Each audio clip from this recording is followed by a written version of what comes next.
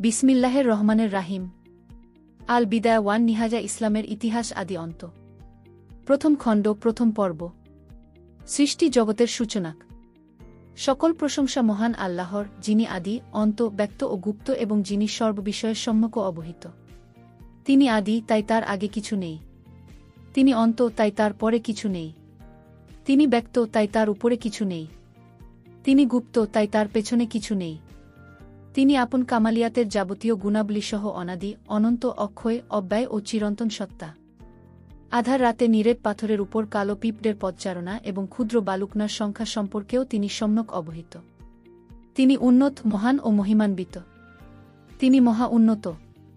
সবকিছুই তিনি সৃষ্টি করেছেন নিখুঁত পরিকল্পনা অনুসারে। আকাশমণ্ডলীকে তিনি মধ্য দেশে স্থাপন করেছেন স্তম্ভ ছাড়াই এবং সেগুলোকে সুশোভিত করেছেন উজ্জ্বল নক্ষত্রমালা। তাতে স্থাপন করেছেন প্রদীপ্ত সূর্য এবং জ্যোতিময় চন্দ্র। তার উপরে তৈরি করেছেন সুউচ্চ, প্রশস্ত, অসীম, গোলাকার সিংহাসন। তা হল মহান আরশ, যার রয়েছে বিরাট বিরাট স্তম্ভ, যা বহন করেন সম্মানিত ফেরেশতাগণ, আর যা ঘিরে আছেন নৈকট্যপ্রাপ্ত ফেরেশতাগণ, তাদের প্রতি আল্লাহর রহমত বর্ষিত হোক। আল্লাহর পবিত্রতা ও মহিমা গাওয়াই তাদের একমাত্র কাজ। অনুরূপভাবে আসমানসমূহ পরিপূর্ণ রয়েছে ফেরেশতাকুল দ্বারা। প্রতিদিন তাদের মধ্য থেকে ৭০,০০০ ফেরেশতা চতুর্থ আসমানে অবস্থিত বায়তুল মামুরে হাজির হন, তবে দ্বিতীয়বার আর সেখানে তাদের আগমন ঘটে না। তারা তাসবিহ, তাহমিদ, তাকবীর, সালাত ও সালামের মাধ্যমে আল্লাহর ইবাদতে মশগুল থাকেন। সৃষ্ট জীবের জন্য পানির তরঙ্গের উপর তিনি সৃষ্টি করেছেন পৃথিবী। তার উপরে স্থাপন করেছেন সুদৃঢ় পর্বতমালা এবং আকাশ সৃষ্টিরও আগে ৪ দিনে তাতে জীবিকার ব্যবস্থা করেছেন।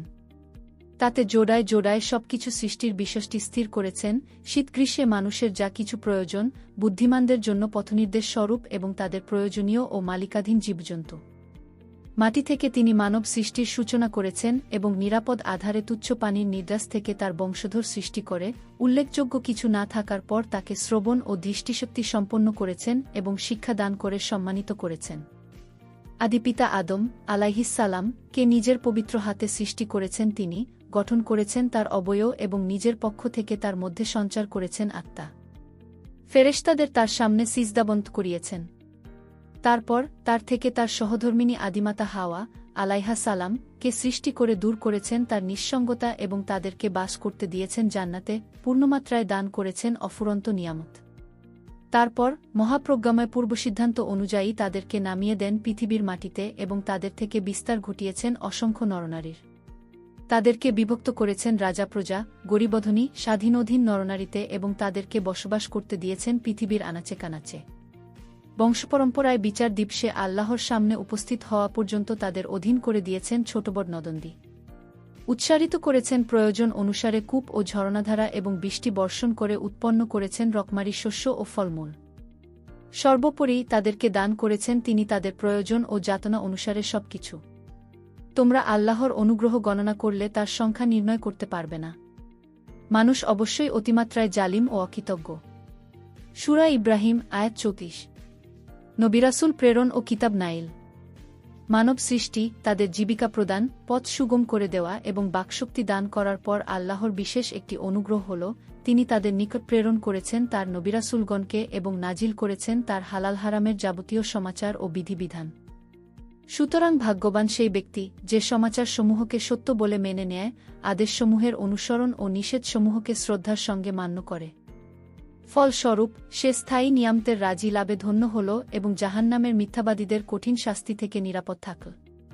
আমি মহান আল্লাহর বিপুল উত্তম ও বরকতময় প্রশংসা বর্ণনা করছি, যা আকাশমণ্ডলী ও পৃথিবীসমূহের প্রান্তর মালা পরিপূর্ণ করে তুলবে কিয়ামত পর্যন্ত, অনন্তকাল ধরে। আমি সাক্ষ্য দিচ্ছি যে একমাত্র আল্লাহ ছাড়া কোনো ইলাহ নেই। তার নেই কোনো অংশীদার, সন্তান, অর্থ বা সঙ্গিনী। নেই তার সমকক্ষ, মন্ত্রণাদাতা বা উপদেষ্টা। আমি আরও সাক্ষ্য দিচ্ছি যে হজরত মুহাম্মদ সাল্লাল্লাহু আলাইহি ওয়াসাল্লাম তার বান্দা ও রাসূল, তার হাবিব ও খলিল। তিনি আরবের বিশিষ্ট ব্যক্তিদের মধ্যে সর্বশ্রেষ্ঠ, সর্বশেষ নবী, কিয়ামতের দিন শ্রেষ্ঠ শাফায়াতের অধিকারী এবং আল্লাহর প্রশংসিত স্থানে অধিষ্ঠিত হবেন। কিতাবের উদ্দেশ্য। হামদ ও সালাতের পর এ কিতাবে আমরা আল্লাহর সাহায্য ও তার প্রদত্ত তাওফিকের মাধ্যমে সৃষ্টি জগতের সূচনা, আরশ, কুরসি, আসমান জমিন, ফেরেশতা, জিন, শয়তান, আদম আলাইহে ওয়াসাল্লাম এর সৃষ্টি, বনি ইসরায়েলের ইতিহাস, জাহেলি যুগ এবং নবী মুহাম্মদ সাল্লাল্লাহু আলাইহি ওয়াসাল্লাম এর সিরাত যথার্থভাবে আলোচনা করব। তারপর আলোচনা করব যুগে যুগে সংঘটিত বিপর্যয়, সংঘাতসমূহ, কিয়ামতের আলামত, পুনরুত্থান, কিয়ামতের বিভীষিকা, জান্নাত ও জাহান্নামের বিবরণ।